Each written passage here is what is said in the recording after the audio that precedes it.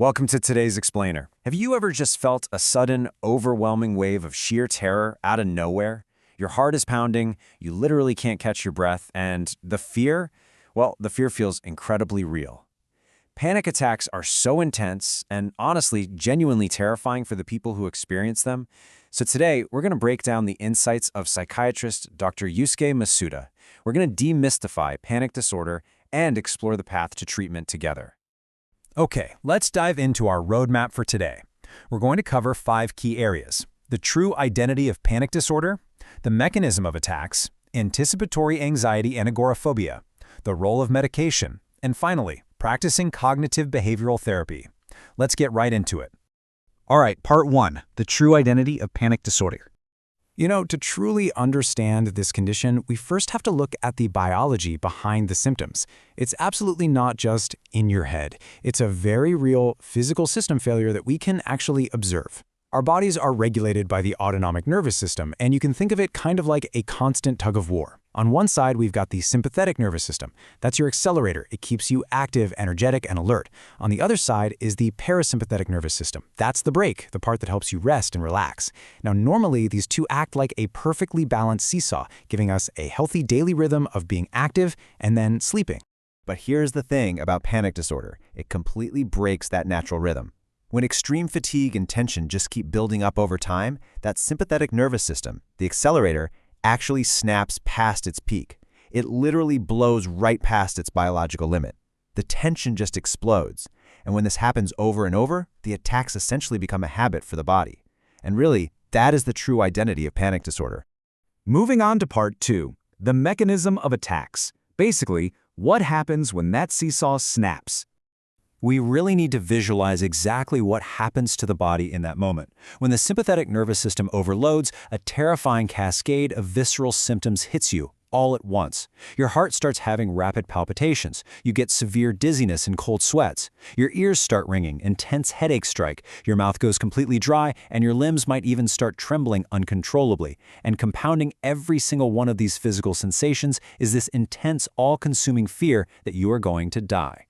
The sheer tension of that physical experience is just overwhelming. And that's exactly why Dr. Masuda points out something so validating. He says it's okay to call an ambulance because that fear of dying is so incredibly real during an attack. It is completely normal to seek emergency help. Even if the ER runs a bunch of tests and finds absolutely no physical abnormalities, you shouldn't feel ashamed at all. Just acknowledging how intense and frightening these attacks are is a hugely crucial step in validating the reality of what the patient is going through.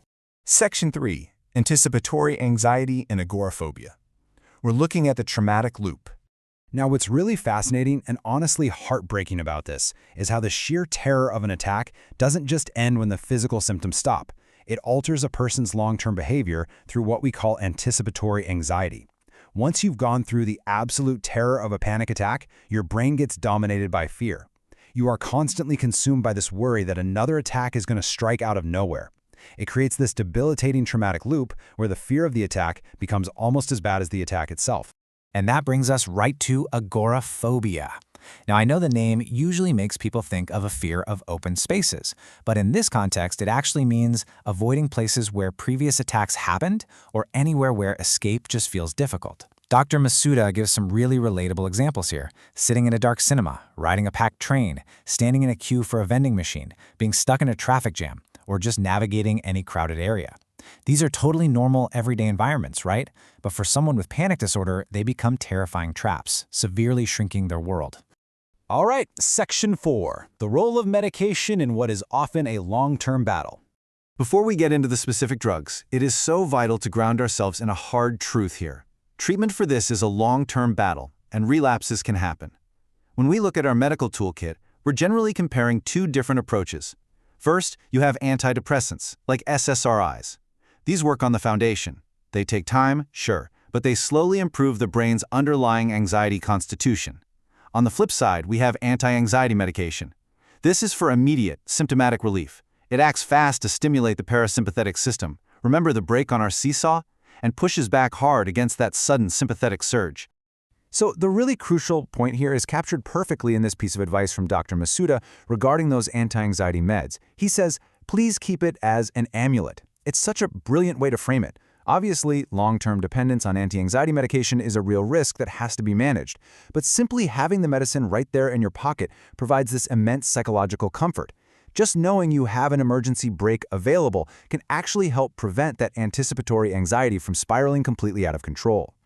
Finally, Section 5, Practicing Cognitive Behavioral Therapy, or How to Take Back Control. So, let's step beyond just the medication for a minute and look at empowering psychological solutions that put the patient right back in the driver's seat. We can take this complex psychological treatment and break it down into a really manageable step-by-step process. The three main pillars here are objective observation, exposure therapy, and flexible thinking. Let's break down exactly how each of these empowers someone to reclaim their life. Step 1 is all about objective observation. When an attack hits, instead of getting completely consumed by the terror, you actively train yourself to step back and observe your own biological response objectively.